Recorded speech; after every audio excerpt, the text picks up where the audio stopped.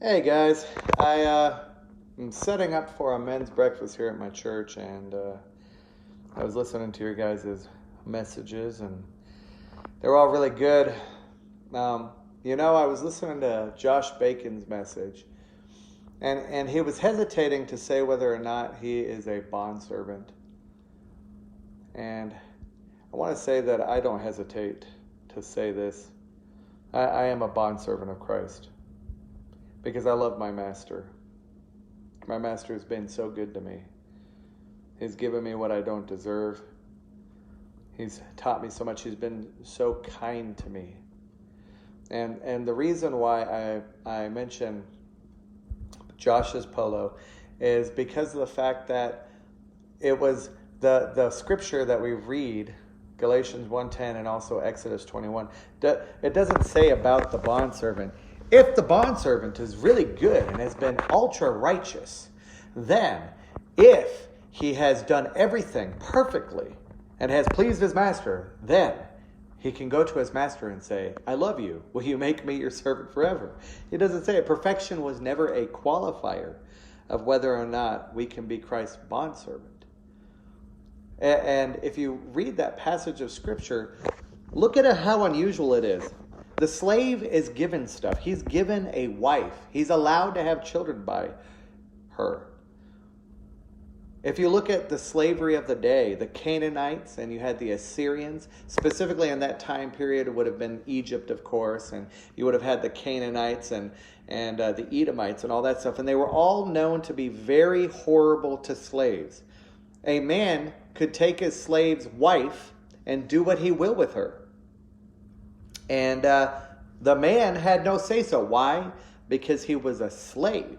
He had no rights. He was less than a person, right? But then you look at the Israelite community, and you look at the provision that's made in Exodus 21 about a bondservant, and look at what it's based upon.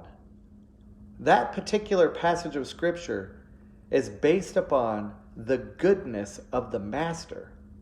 He literally says in that passage of Scripture, when Moses is writing it, he says, if the slave decides that he loves his wife, his children, and his master, he can go to his master, right? So it's based upon the goodness of the master. During the day when this was written, during the Egyptian time, during the Canaanite and the Edomites and the Moabites, during that whole time period, slaves weren't given wives. Their master didn't give them wives and allow them to have children. No, they took and they took and they took. But here we see a master who is so good that the bondservant is deciding that he wants to stay with the master. It was never a qualifier of perfection, whether or not the guy decided to be his master's bondservant, but it was based solely upon the master's goodness to the bondservant. The master was so good, the bondservant wanted to stay. You say, my master has been so good to me, I want to stay.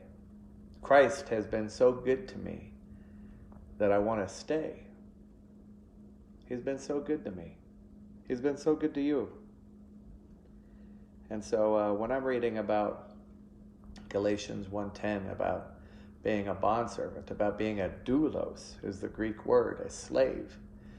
Well, I meditate on what I've learned here at Setting Captives Free about being a slave of Christ, not making any provision for the flesh. Why don't I want to make a provision for the flesh? Well, my master has been so good to me, I don't need anything else. The only thing I want is Jesus. I just want Jesus and nothing else.